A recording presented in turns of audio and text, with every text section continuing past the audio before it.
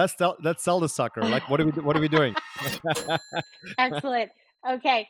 I always said the best sales process is one obviously with no friction, and it's basically like you land on a Hmm. site, you buy the product, and you literally didn't know how you bought it. Because how many times do you go to a site and it doesn't work, it doesn't load, and then there's two Oh, extra steps, and then the cart, and then you're gonna confirm, and then you click this and all this. So it's like it's a disaster. ask why way more often. I'm like a toddler that's going, why, why? If you don't know the answer why to certain questions, it means that you haven't thought it through enough. Hi, Patsy, how's it going? Hi, Mario. I'm great. How are you? Awesome. Really, really good. I'm super happy to have you on today, Veza Talks. And one of the reasons I wanted to have you on is to use your expertise in product development and, going hand in hand with branding and some of the e-commerce sites that you've created. And matter of fact, we did several products ourselves. And so I Hmm. want to talk about that. There's a lot of people out there that hit me up all the time and like, hey, I have this product. Do you think I should sell on Amazon? Should I do a e-commerce store, et cetera, et cetera? So I think Right. this will be really, really cool to be able to tap into our knowledge and your knowledge and talk about that. But before we do that, I want to talk about your experience because you've been in the industry for a long time. You're the OG of the digital space. So, tell our viewers a little bit about your background and, where you started and what you used to do and account management and all that kind of stuff. So I think that'll be really cool to hear. Sure. Okay. Well, you're right. I think it has been quite a while. When I first got into advertising, there weren't banner ads, so it goes back that far. And the marketing landscape has obviously changed a ton in the last 20 plus years. So, my traditional background is ad agency and doing client services, strategy, and project management. And but since then, so I started off at a really small shop, and then I worked at a couple of big sort of national, multinational agencies, and then ended up on my own, working with you and consulting with other companies now. Right. Awesome. So let's go through some of the things that a person would have to do in terms of So I have a product, or I don't have a product. What do I do? I want to sell on Amazon. I see everybody making bank online, and I want to Yeah. quit my job. I want to be a nomad, living in Thailand and all that, right? I hear this like Yeah. every day, basically, right? So Yeah. what would you tell a guy? Or gal that basically says, "Hey, I really want to kind of start this journey on the e-commerce platform." What would you tell them? Okay, so I think first, whether if they have an idea already or if they're looking for an idea, I think the first question I'd ask is, what problem is this solving that's not already being solved? Or like, how are you solving this in a different way? Because the first thing you're going to want to do uh, is build that product or even that service if you're even designing a service offering, so that you can go out there and actually offer something new, or in a new way. Because otherwise, I mean, there's a lot of people now on Amazon selling like the same widget from Alibaba, and it's kind of a race to the bottom now. Like if you That's didn't right. get in, in those early days, right? Yep. Yep. So, Spatula.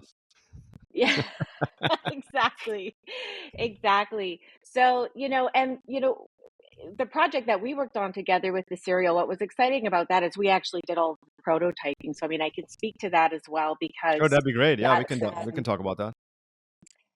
there's just that added step in terms of, getting that prototype together and actually finding, manufacturers who you can work with and who can like build that to spec. But I guess maybe backing up, when you've got the idea, um, it's not only is it solving a problem, but then you have to really think about who you're solving it for and who they are and what's going on in their life so that you can actually build a brand that really resonates with them.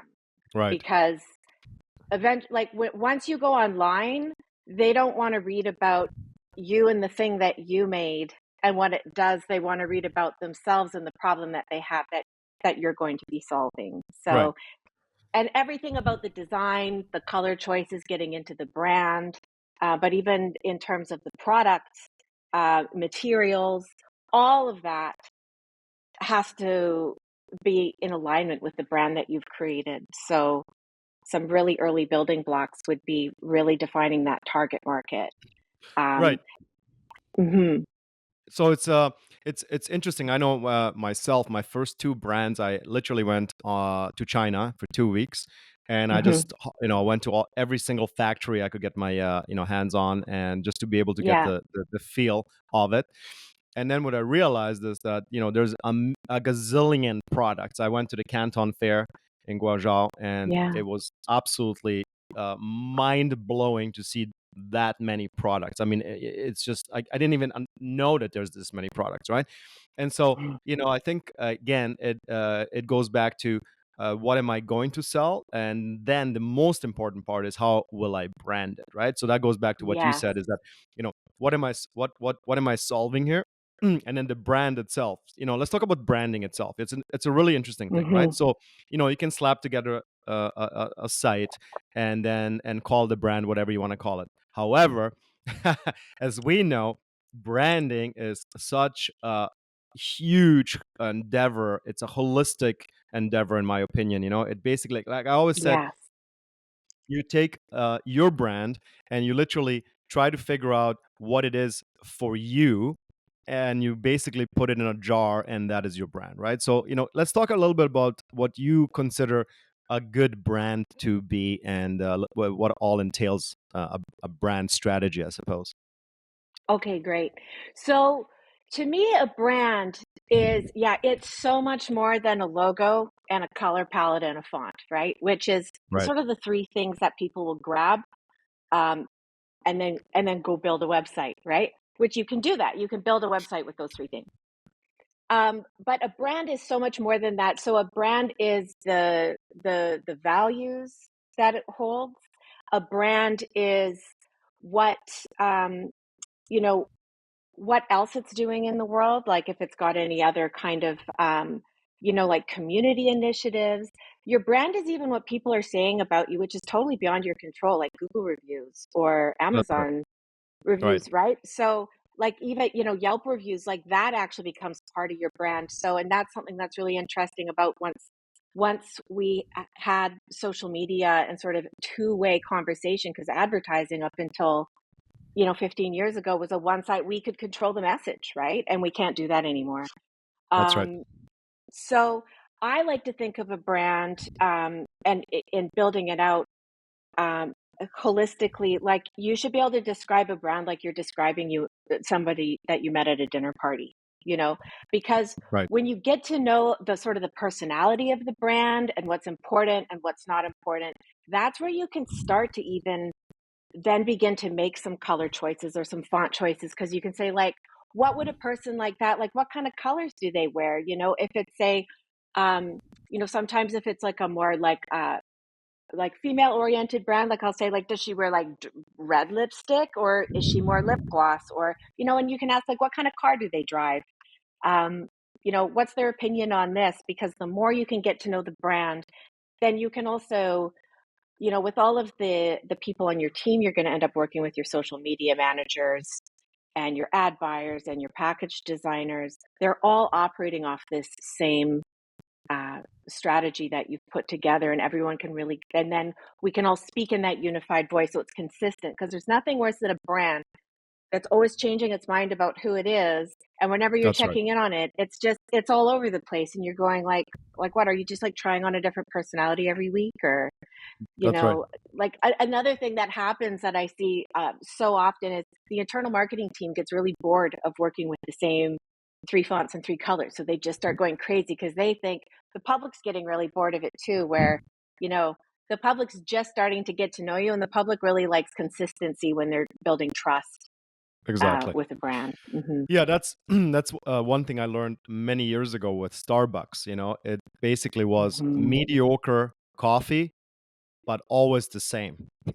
It was never amazing and Exactly. it was never really bad, right? So it's like, the consistency in a brand is really, really important. And that's something that Yes. I think a lot of entrepreneurs and business owners don't get, because they, like you said, they have a new strategy every week. Let's do this. Let's do this. Let's do this. Mhm. Rather than, okay, let's put a 6 month, a 3 month, 6 month, 12 month, 24 months, 36 month strategy together, and let's just execute, and then we can revisit where we're at every 6 months, Yes. and heck, maybe it'll fail. We don't know, but you have to follow through on your strategy, and that is really important. And I think that is probably one of the biggest reasons to use an agency, right? So Yeah. whether that we're talking about, a small agency or a big agency or one person agency, it doesn't matter.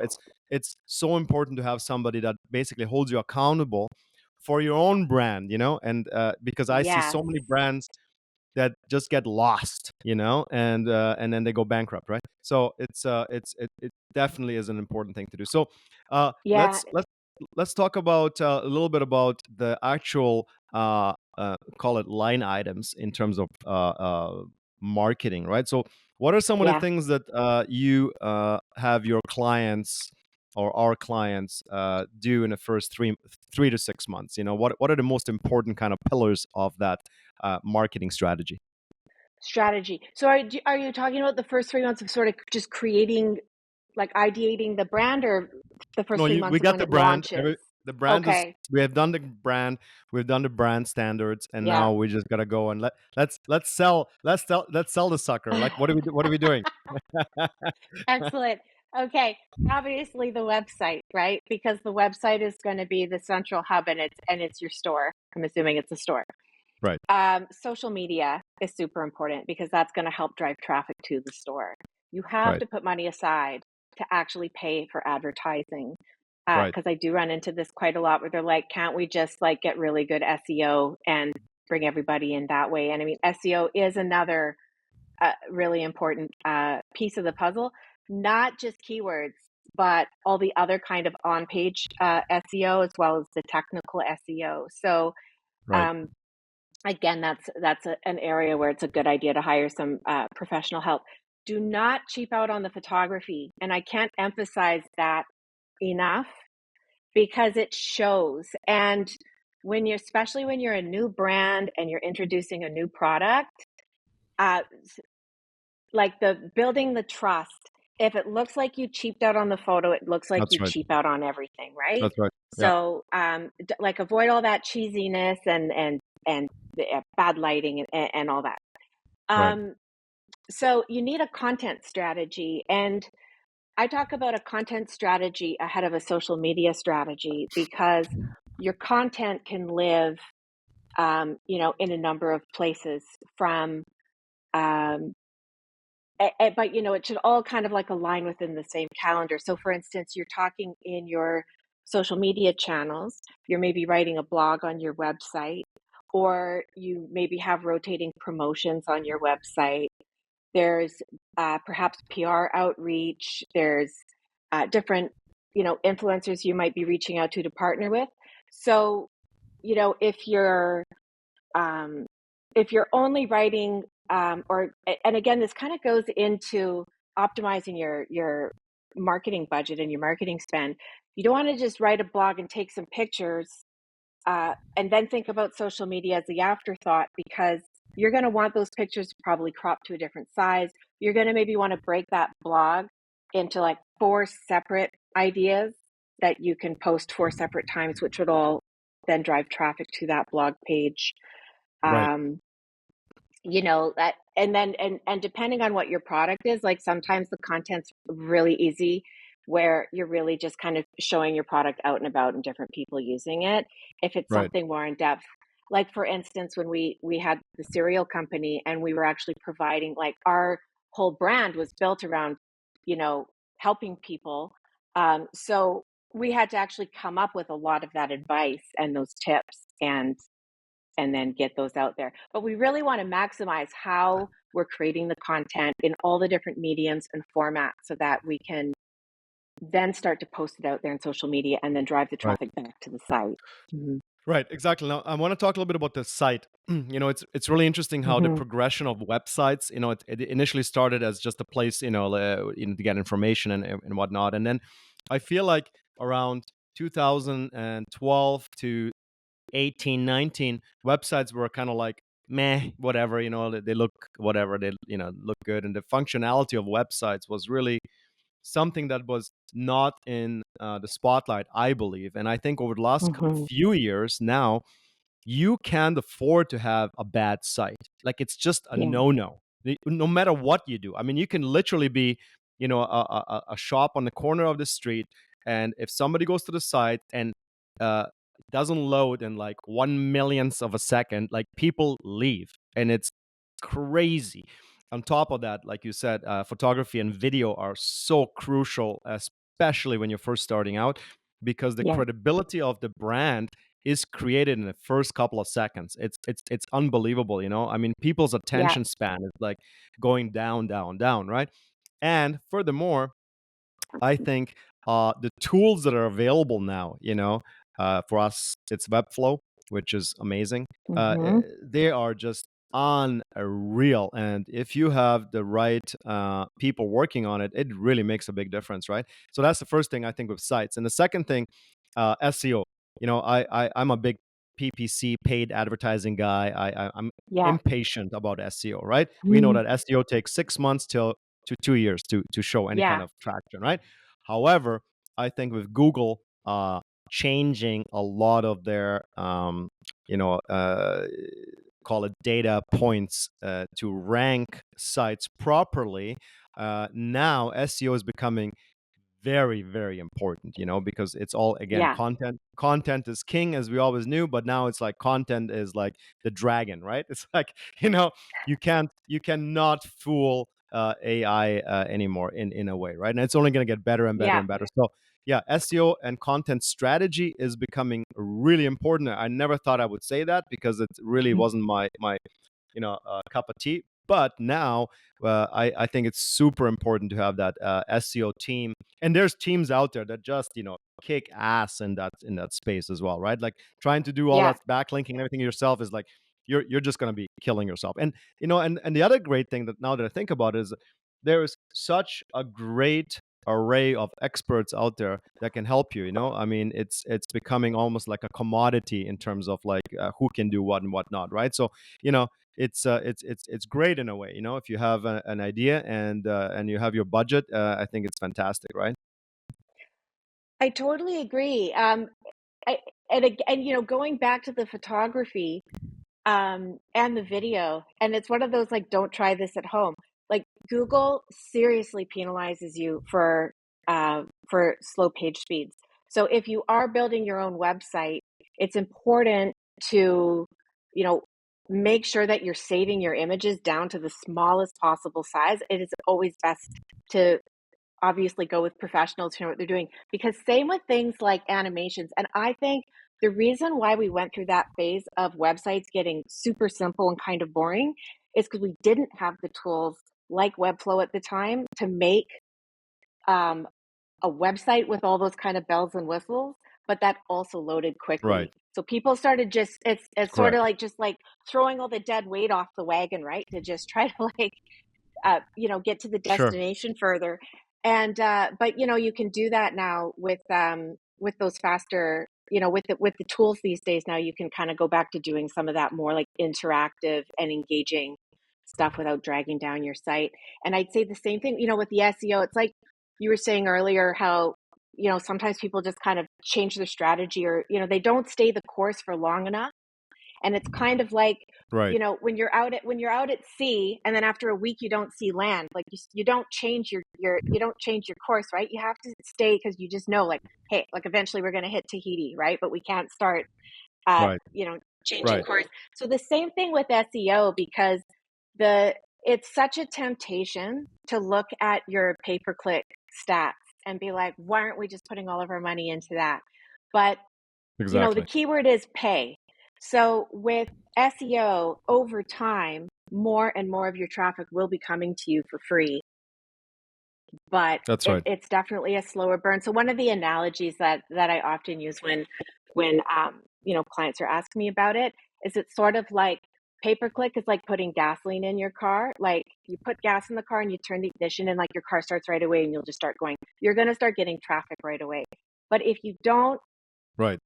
take your car in for oil changes, and if you don't keep putting air in the tires and doing some of these other things that don't appear to be having much of an effect, Right. immediately, like eventually you're going to have problems. And that's, yeah, definitely what can happen. And it's really also important to stay up to date with Google's algorithm because they do change it. I think, like last I checked, like at least twice a year, where they have Right.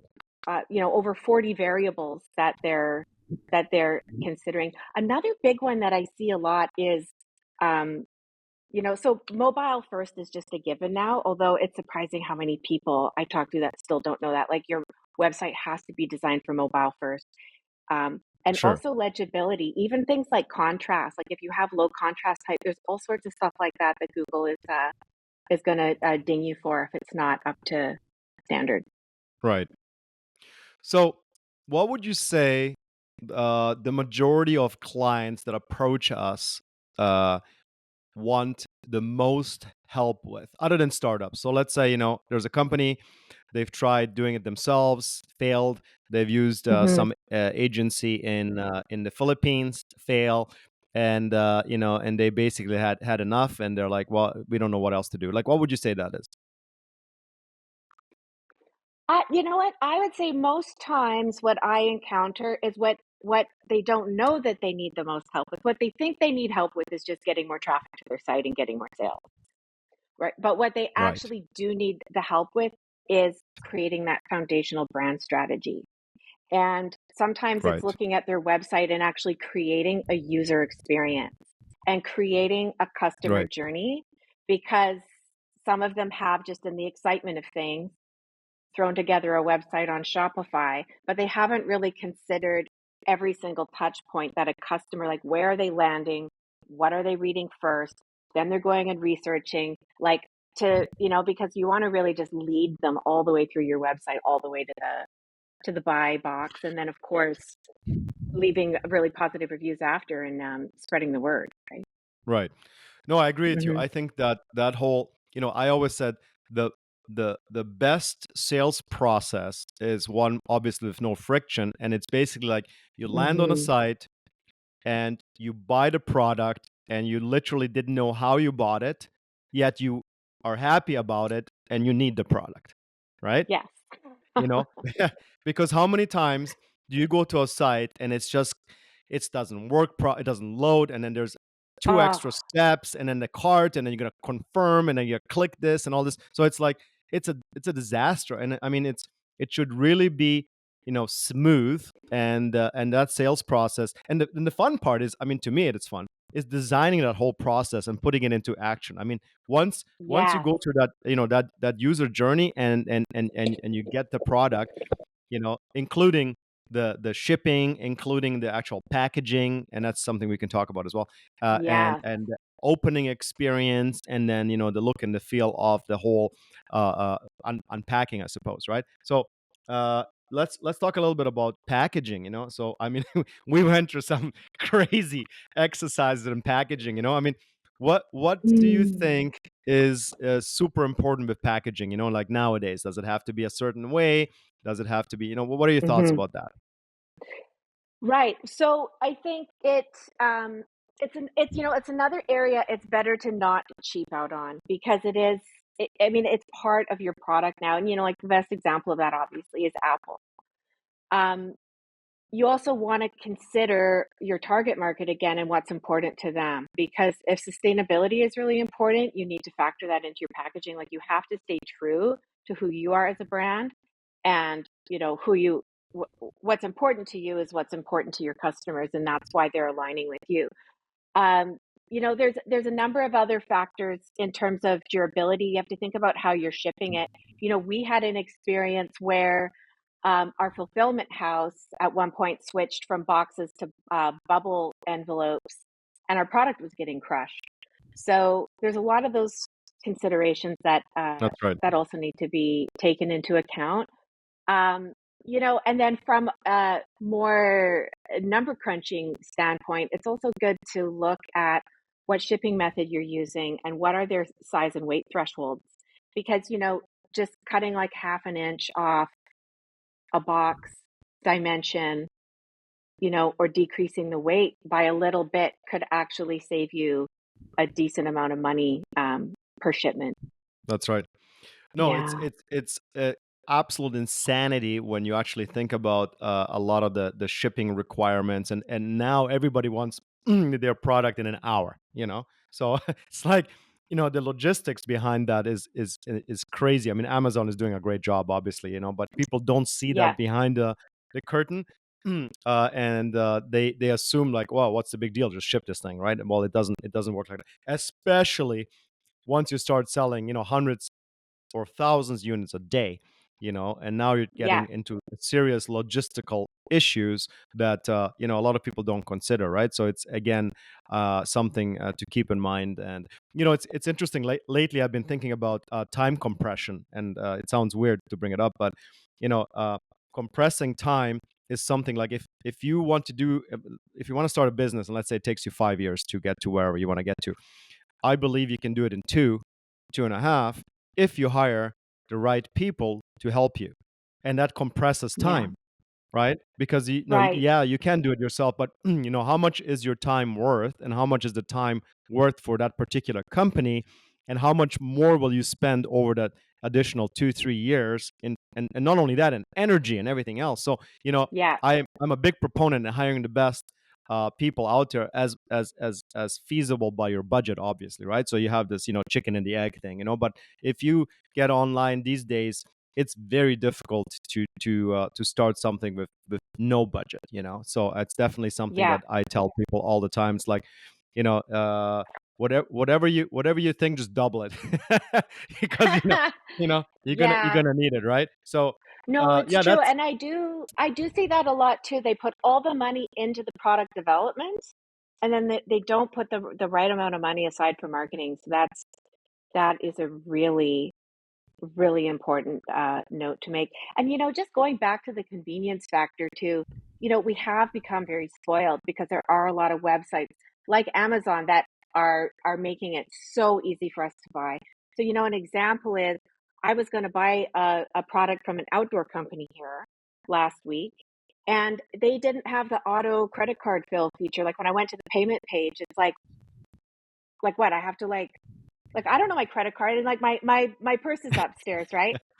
So it's like, guess what? Like they totally lost the sale because like out of sight, right. out of mind. Well, you know what? I remembered a week later the thing's discontinued. So Yeah, now, and now I'm mad at them because right.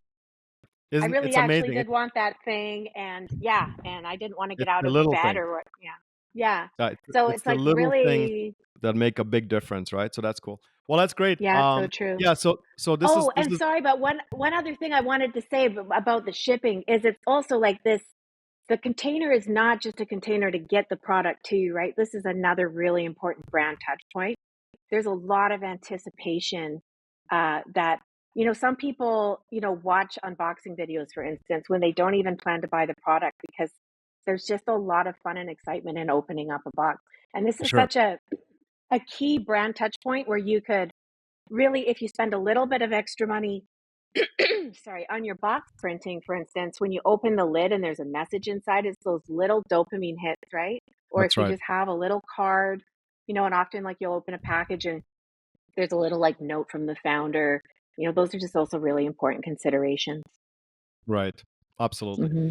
Well, yeah, that's great. I really wanted to have this talk and kind of memorize it onto video, because again, a lot of people ask us about products, and it'll be good to send them to this particular link. So one of the Hmm. things, and this is the last question for you, is that I ask every single guest is, if you were in my shoes and you would ask yourself a question that I didn't ask, what would that be? Hmm. Well, maybe if you asked me what's the one piece of advice that I give to all of my clients, um, which is just ask why way more often. Like, especially, and I know I'm really annoying to my clients when we're first onboarding because I'm like a toddler that's going, why, why? But you have to be able to answer those questions. If you don't know the answer why to certain questions, it means that you haven't thought it through enough or you haven't done your research. But, That's right. one of my favorite acronyms in life, but especially in marketing, is WAIT, which stands for Why Am I Talking? And so, especially when you're writing copy for your website or you're creating content for your social media, like, what is the objective, right? Why are you writing this in the first place? Be really clear on what what outcome you want from every piece of communication that you're having, and be very clear in that. And so same goes for your strategy or even the products that you're creating. Like, why are you creating them? So yeah, the why is one of my favorite words. Awesome. I love it. Great. Well, thank you so much for your time, Patsy, and we'll Thanks for hopefully having see you me. soon. Thanks. Okay, bye.